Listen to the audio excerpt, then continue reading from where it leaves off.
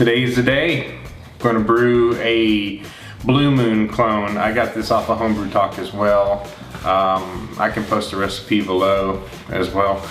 So what I got here is I got some bitter orange peel, some coriander seed, and I went with a Bavarian Weizen yeast.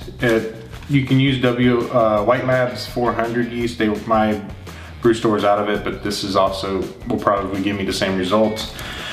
Also have some flaked wheat here. I've got 4.5 pounds of flaked wheat, and then I've also got 4.5 pounds of pale malt, crisp UK malt. And for the hops, we're using US Kent Golding hops. So we're gonna do this in a Grainfather today, and I don't have a hop spider or anything yet, so I got a muslin bag as well to put the hops in and the coriander seed and the orange peel. And I'm gonna put the spices and orange peel in at the 10 minutes before flame out. So anyways, just wanted to give you a brief introduction to what we're doing. So yeah, I'm gonna brew this up, and it's gonna be it should be a nice sessionable beer with a good hint of orange and coriander, with that wheat background to it. Blue Moon is one of the few beers that are wheat beers that I actually enjoy. So I'm looking forward to brewing this and hoping it turns out the way it should, or even close. So let's get to brewing. Okay, we're ready to get this going, right? So we need to get the Grainfather ready for a mash. So basically we have this, mash tun basket that we need to put our false bottom in, and then we need to put the top plate on after we get the mash dough in. So this is the bottom plate. Basically, I'm not going to really show putting it in, but basically you have to wet the inside of the basket and wet this some, so it'll slide in easy without moving this gasket off, because this gasket slides off easy. So you want to get this wet so it's kind of slippery and goes right to the bottom. And then this is the top plate, which you'll see me put in after I dough in. It just has these two little handles so you can set it on top of the grains, because this pretty much slides all the way down until you're just on top of the grain bed and you have a little bit of liquid starting to kind of show through. And then you essentially have a grain basket.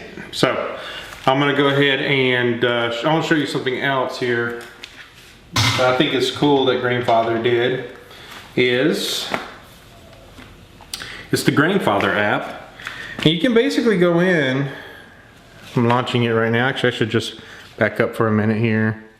Let me back out of this for a second.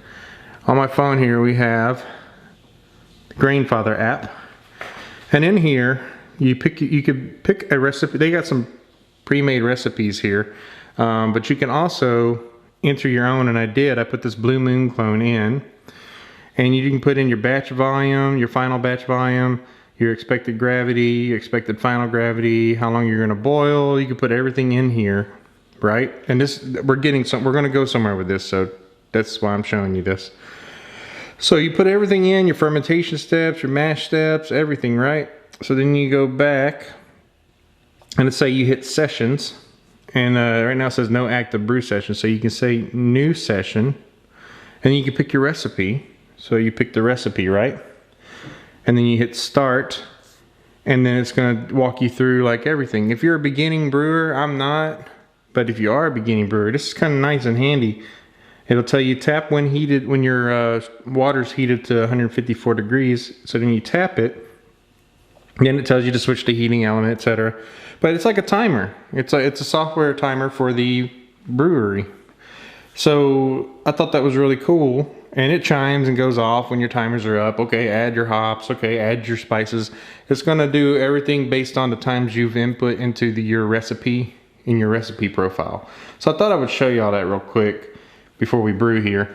I think that is just awesome that they offered that. So I'm gonna use it today because why not, I just want to play with it, see how it goes.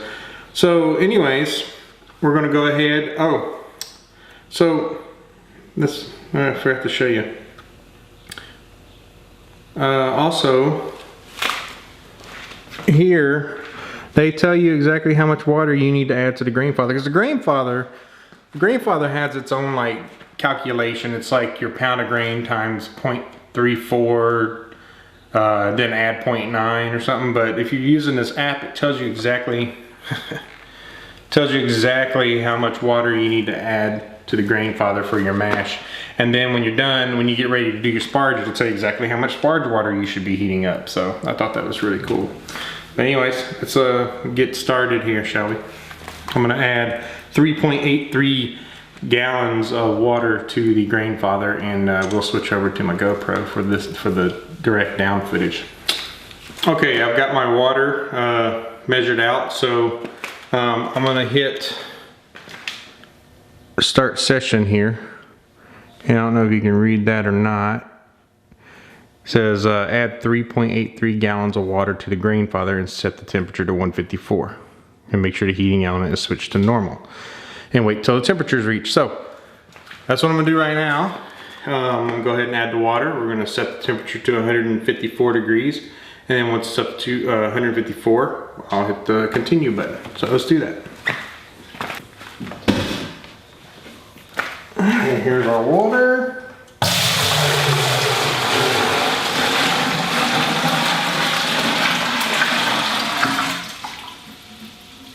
Roughly 3.83 gallons. It's kind of hard to really precisely measure that. So next we're going to go down here and set this to mash.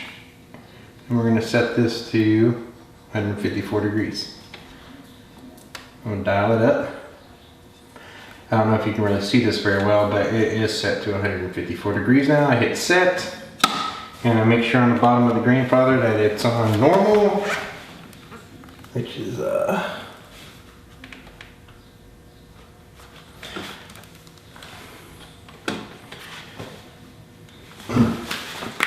and that's it. So once this gets up to 154 degrees, we will come back and put in the grain basket and our grains, fill in our grains. Okay, we've reached the 154 mash stage, strike water temp here. So as you see, we're at 155 actually. I'm gonna flip this bottom down to mash, and this is already set to mash. So now all we gotta do is see what Grainfather tells us to do next. So it says right here, let's see if we can get that to focus. Come on, you. So it says tap when heated, so we're gonna tap. And it says switch heating element to mash, which we did. Insert the grain basket, slowly add grains and stir well. Insert top plate and overflow inlet, attach recirculation pipe, then switch on pump and start mashing. Start timer when ready. So it's gonna take us all the way through to the 1 hour countdown for our mash. So let's go ahead and get the basket in, and let me flip you back to autofocus. Alright, there we go. So let's go ahead and get the basket in, dough in the grains, and start our mash countdown, shall we? So let's take the lid off. I put the lid on to kind of help speed up the heat up process. This gets really hot, so you have to be very careful. Set the lid aside. Go ahead and put the grain basket in. And I'm using the smaller pipe work for this. I'm going to go ahead and lower it down in there. So now that's in there. I also want to go put my paddle down in there. A little Grainfather paddle. I'm using the pH 5.2 stabilizer, so I'm going to do just under a tablespoon. This is just under 4 gallons, so I'm going to do right about that. Right.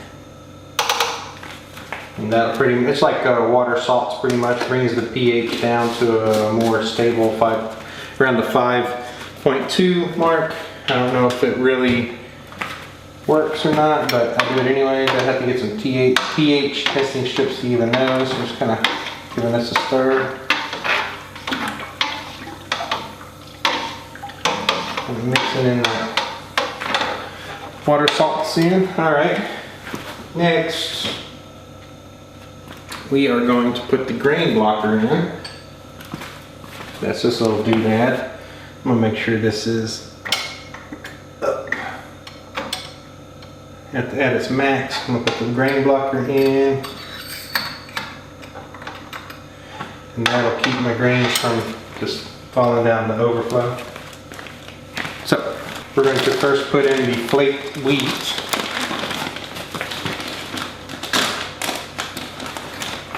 And pour it in there.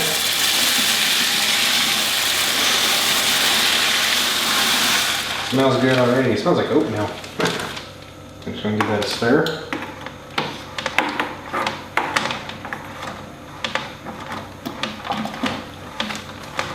I have one more bag of flaked wheat to do here. Okay. Smaller bag. I got all this from Cypress Grape and Grain yesterday. He's a good guy that had everything put together for me when I called or emailed him my recipe, and he had it all put together for me by the time I got to the store, so that was nice. And now it's time to add our 2-row pale UK crisp malt. I'll tear a hole in the corner of my bag here. Grain dust go flying. So here we go. Add in the last bit of grain here.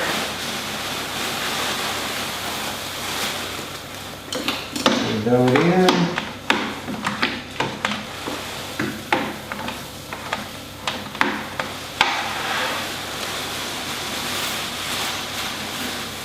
Ain't like a regular mash tun where you're against the time on losing your heat, so I can actually take my time with this if I want. Go ahead and douse some of this in real quick here. And I want a porridge consistency.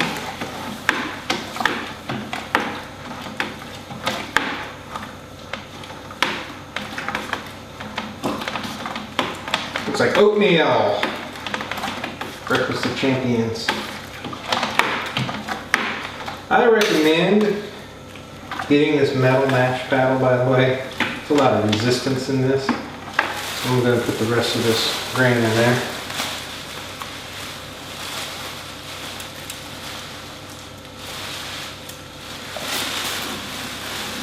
Go ahead and pour the rest in. Not much left.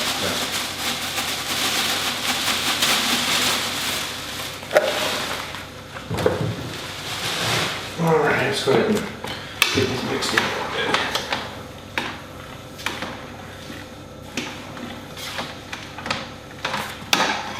A two-hander job.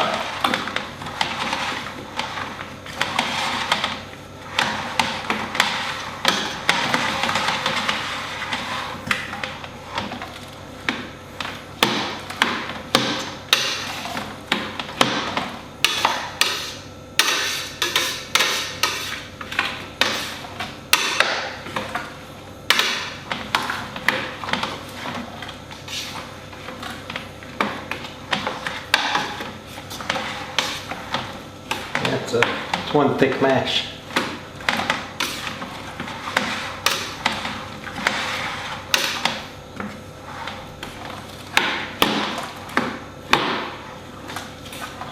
Alright. That's pretty well doughed in. So next thing I want to do, I'll leave this on. Looks like this comes just above, or not just above, just at that smaller grain piece, smaller grain bill piece. So yeah, I wouldn't use a smaller grain bill piece for anything less than, or anything greater than 9 pounds of grain. But yeah, that looks pretty good. So let's get the top plate on and continue here. Done with the mashing part. Or mixing in the grains, I should say. Here's the top plate. Just gonna kind of slide it down in there. Oh yeah. You just want it just above where you got your liquid starting to kind of come through. Just like that. Now I can pop this piece out.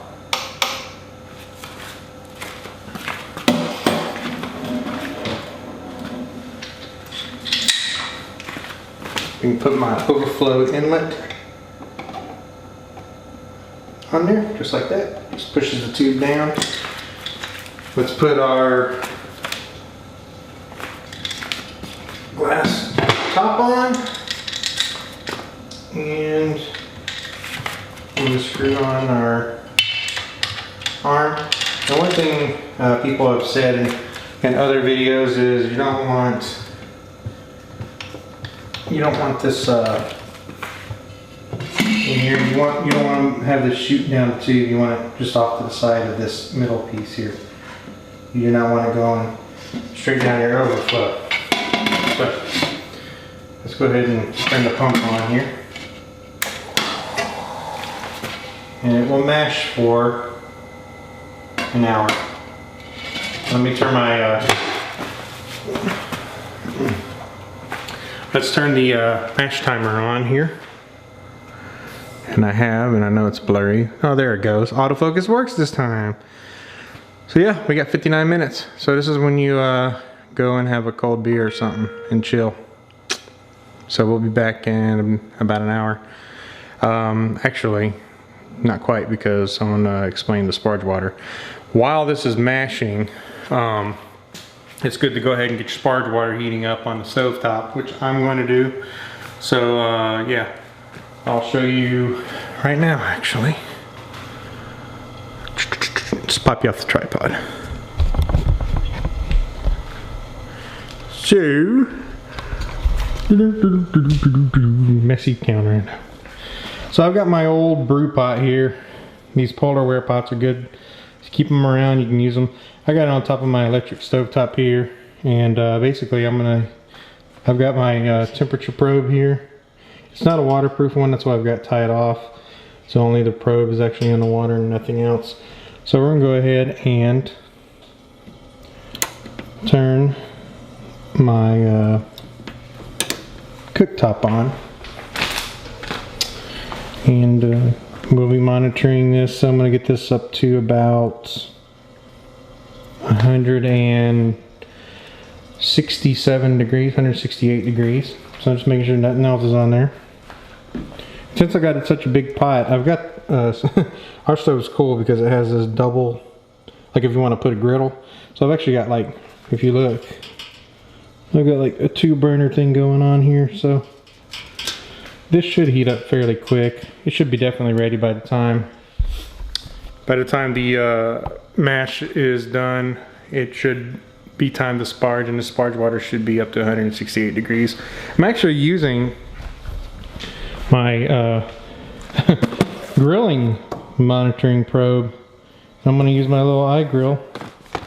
They don't sell this model anymore, but iGrill, I'm sure they got a better version of it now, and I recommend getting one. These are great for like barbecuing and stuff. Remote monitoring via Bluetooth on your tablet or phone, but smartphone I should say. Some dumbass gonna go out there and try to use a flip phone, I don't know. But anyways, yeah, so we're gonna monitor this, and let's go take a look at the mash again. Ooh, it's hot. It's hot. Oh yeah. It's already turning a nice yellow. I'm excited to see how this turns out here closer to the end of the mash. Should be super uber clear. So, see you in an hour. Alright, so yeah, I'm using my grill, remote grill device here to monitor my sparge water. Just heating it up on the stove. It's a good place for sparge water. I wouldn't recommend trying to boil a high volume on your stove. It's just a pain. It takes forever. I mean, you can see it's up to 165 right now. I'm looking for about 168 on that, and we're almost there. So I'm actually going to dial down my stove down to like a low setting here, because I only have like about 20 something minutes left on this. Let's take a look at this. See how we're looking. Oof, I got my camera. Look how clear that is. That's insane. This is so awesome because you're pretty much taking care of the lautering and Vorlauf process throughout the entire mash with this recirculation. So that is awesome. So I just wanted to share that with y'all real quick, since this is my first brew, whatever, with this thing. But yeah, I've definitely found a way to monitor my sparge water temps. Ta-da! Yep. Wow, my mash is going. So I recommend as soon as you get your mash going, right after you've doughed in, get your sparge water heating up, because it takes almost as long if you're doing it on stovetop. So anyways, that's it for now. Get back to you when we start sparging. Ta-da! All right, so we got 20 seconds, maybe less. Let's see. See if we can get the focus. Come on, focus. Anyway, there's a countdown going on here. 1 second. All right, it says mash complete, so I'm gonna hit OK. Now we gotta do a mash out, which is, it says switch the heating element to normal and set the temp to 167. So we're gonna go ahead and do a mash out right now. So I'm gonna flip the bottom switch down here to normal. And I'm going to set this to 167. And hit set. Now we're gonna let it mash out for, once it gets to 167, we'll go 10 more minutes on a mash out. And then after that's done, we will start sparging. I don't know, y'all probably can't even hear it, but I can hear the element kicking on right now, so that's pretty cool. So yeah, so far, so awesome. And by the way, granted I'm gonna add 3 gallons to this to sparge, but I'm reading at about 10 points higher than the original gravity. The original gravity was supposed to be, I think the original gravity was supposed to be 1.039. Right now I took a refractometer reading and I was getting about 1.049. So we're already up on efficiency right at the moment, and that's before I start, you know, rinsing out all the additional sugars out of the grain. So we will take a pre-boil reading here shortly. All right, mash out is complete. So I'm gonna go ahead and tap that. Now it says switch off the recirculation pipe, lift the grain basket, and sparge with the 3.3 gallons of water at 167 degrees, which I have a whole 3.3 gallons roughly here on my kettle. I know you can't really see that, but on my stovetop I have a sparge water ready to go. So let's go ahead and do that. So I'm going to set my phone over here out of the way. We're going to go ahead and turn the pump off, and we're going to take the recirc arm off of here. Just simply unscrews. It's kind of careful. It shouldn't spill, but you just never know. They've redesigned these where it won't splash all over the place. The older units did splash all over the place. So I'm going to set this aside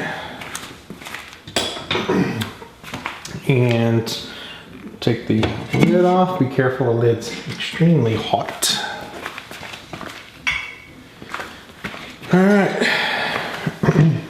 Now, get this little handle they give you. It goes inside like so. You just want to make sure you're in there good. We're gonna lift. It's kind of heavy. Just slowly lift.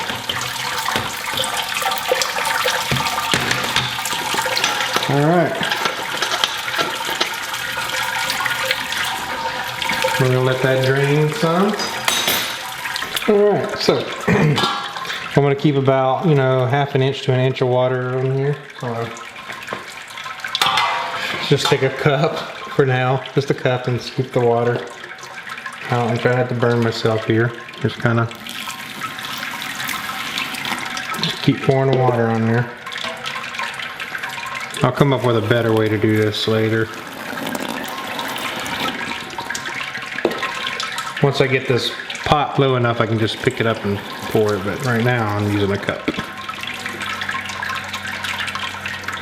168-degree water, so you gotta be careful. As a matter of fact, let's see if I can do it now.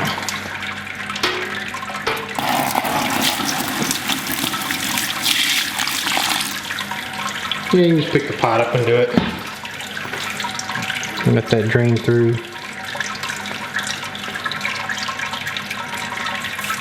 Basically gonna do this until we collect, or until we run out of sparge water. And then after that, we will pick this up after we hear the water stop trickling.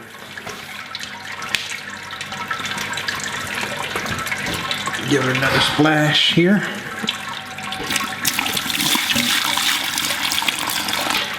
About like that. Kind of let it run through.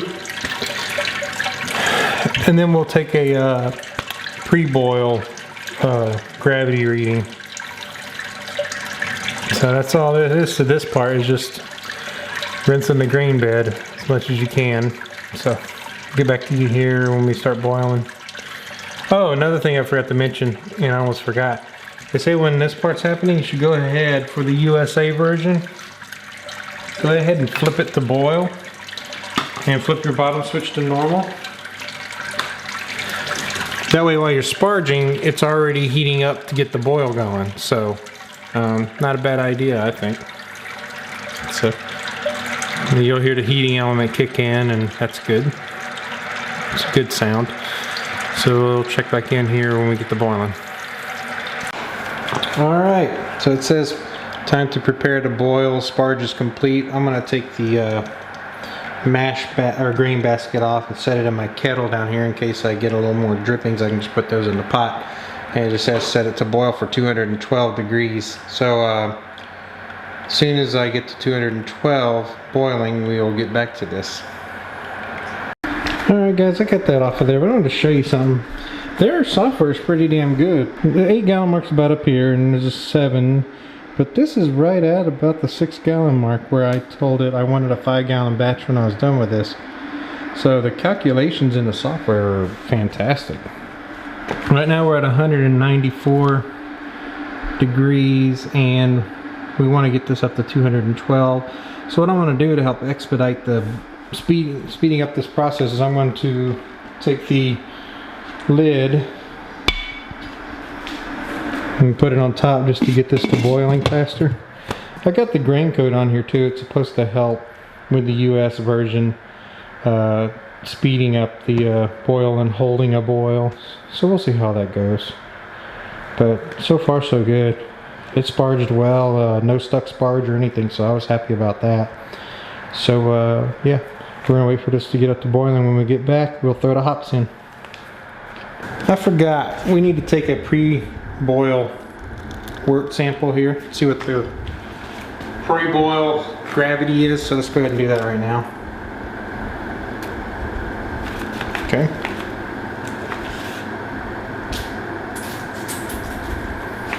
Let's see here. Oh, it dropped a lot because of the sparge. It was at 12.5 and now we're about 9. So let's see what that is in our app here. At 9. 1.035. So we're 4 points off from what the recipe says it'll be. So I'm thinking this is actually going to be a higher finished gravity, or final or original gravity is going to be higher on this than what the recipe calls for. So that's a good sign.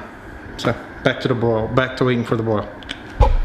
Alright guys, we are at the official boiling mark. You can see we got a little foam going on. So they say for the Grainfather, just kind of give it a good mix around, you know. Just keep stirring it, keep that foam from once you get a little bit of a roll going here, we'll throw the hops in. But this little rake is pretty handy because you can totally like break up the foam with it, and it's a good metal stainless steel handle. So we should get a boil going, a nice rolling boil going here in a second. Like I said, as soon as that happens, we can throw in the hops. They say also, sometimes if you get little grain bits or something, it's good to scrape the bottom a little bit. So, let's see if we get a boil going here. Yeah, we do. We have a little bit of like a boil going. See it? Houston, we have a boil. So now, that part, we're gonna go ahead and put our hops in. I got them in a muslin bag, just because I didn't want, let me see if it's like that. I didn't want the hops to possibly clog up my filter. Some people have had problems with that, some haven't, but there you go. We got a boil going. I think the grain coat really helps too. That's a pretty decent boil, I think.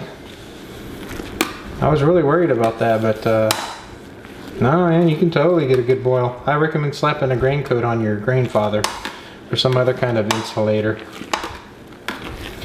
And let's go ahead and open the Grainfather app here. And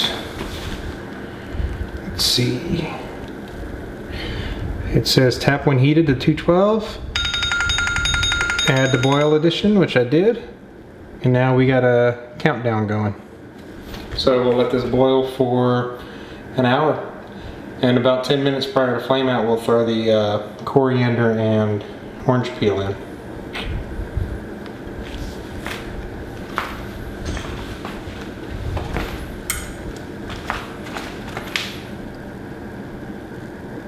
So we're going to add in about 10 minutes or so, get the steam off my camera. We're going to add the coriander seed, 0.75 ounces of that, and the bitter orange peels, 0.75 ounces of that. And I've got my blonde ale in my little souvenir glass from Aruba. They have a beer in Aruba called Balashi, so that's why it says Balashi on it. It's not too bad, it's just a regular old lager. So I'm going to go ahead and have it.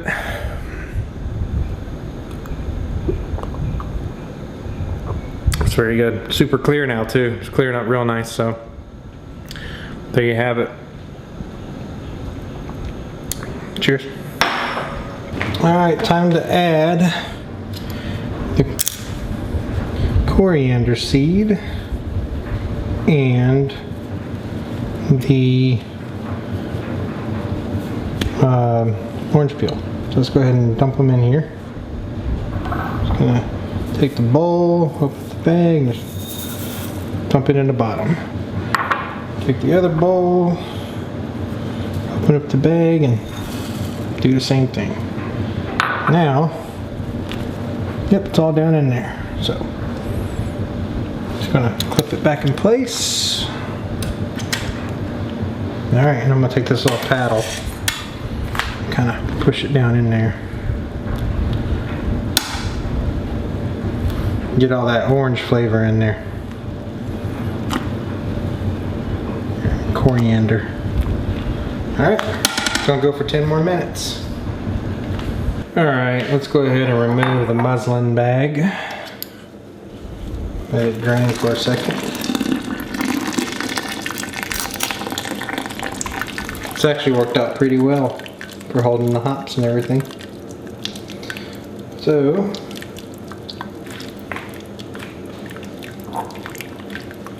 go ahead and put that in this bowl.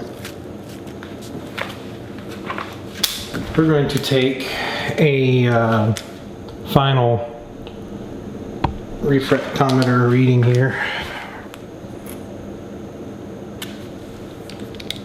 I'm just kind of spray it on here. Alright.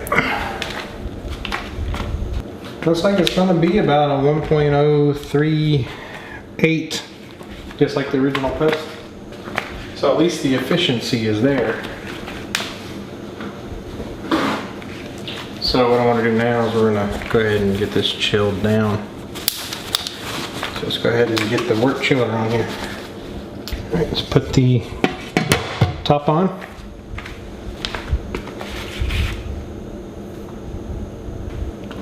Set the chiller on top.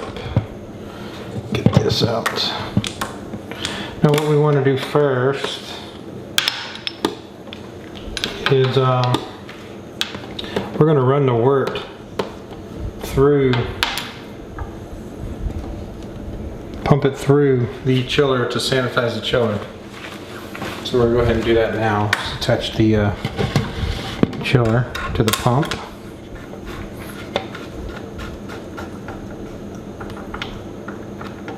Okay. Now we can fire the pump up. Hold this for a second just in case it tries to like spray out on you or something. So it's going to run through this chiller and it's going to sanitize it with the really hot wort. And we're going to run this for like 5 minutes. Set your timer. After that we will start cycling water through. And while this is continuing to cycle through, we'll continue to let it cycle through while we run water until it cools down enough. And then we'll start pumping the water out to my sink. So, yeah. Alright, got a few seconds left. Go ahead and clear it. Right, so let me show y'all my setup. So, I'm not really, my sink isn't designed for me to really hook it to this wort chiller. So you can see my sink here is, you know, one of these kind of faucets. So you can't take it off, put an adapter on or anything, right? Well, I do have a powder room over there that does have a sink that I can put an adapter on. So I went and bought a $10 garden hose from Lowe's and I ran it over to the powder room and I bought an adapter for my sink, and so it screws right on. So I can get my cold water from here. And I mean, it gives you a 50-foot hose for 10 bucks, not a bad deal.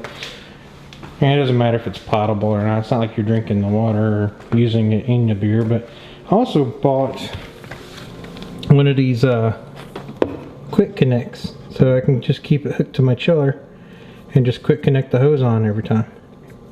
And it works really well. So that's what that is. So I'm gonna go ahead and get this chilled down. And actually, another cool thing is I can monitor the temp as it cools down. So that's kind of nice. So I'm gonna go ahead and do that and then I'll get back to you. Alright, we're back. I went and turned the water on. I just wanted to make sure this didn't fall. I'm using the handle to hold this tube in place over my sink. And right now I got the cool water running through, and I'm still recirculating the wort through and back into the vessel. I'm going to do that for a little bit until this temperature gets down to around 80 degrees or so. So we're going to keep doing this until this is cooled down to 70 to 80. I'm comfortable with that. You know, my groundwater temperature is, you know, probably sitting around 72 degrees today. So we'll go ahead and do that, and then we will start siphoning it or pumping it into the fermenter.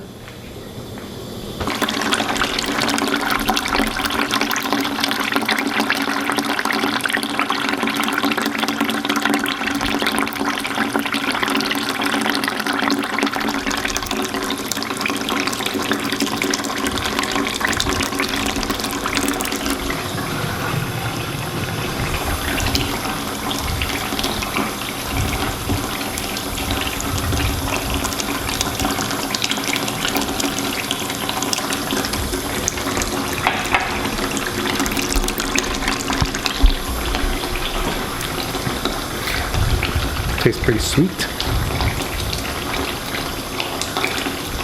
Yeah, it's like sugar. Tastes the orange too. I think it's gonna be good.